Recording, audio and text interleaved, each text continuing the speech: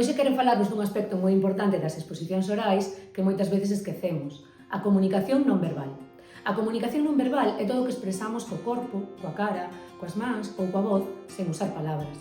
E sí, é tan importante como o que dicimos coa boca. Ás veces, incluso máis. Imaginade que estades a expoñer un traballo que facedes mirando cara ao chan, coas mans no peto e falando moi baixiño. Aínda que o contido sexa bo, quen vos escoita pode perder o interese. Por iso, aquí vos van algúns consellos para mellorar a vosa comunicación non verbal cando facedes unha presentación. Primeiro, a postura. Colocadevos dereitas, sen tensión, nin encorvados, nin ríxidos como a paus. A postura debe transmitir seguridade e apertura. A mirada é fundamental. Mirade ao público, non á parede nin sempre ao papel.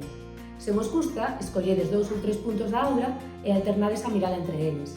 Así transmitides confianza e conexión.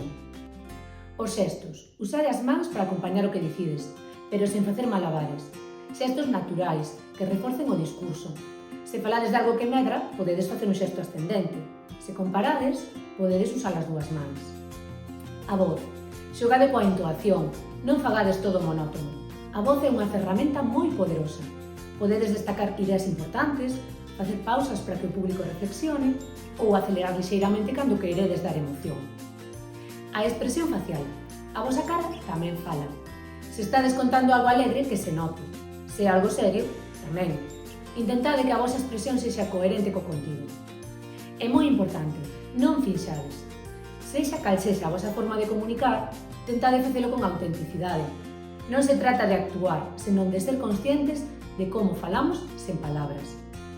A comunicación non verbal pode facer que o público vos escoite con máis atención, que se interese polo que contades e que confíe en vos. Así que na próxima exposición non só preparedes o que ides dicir, senón tamén como o ides dicir co corpo e coa voz. Moito ánimo e a falar sen medo.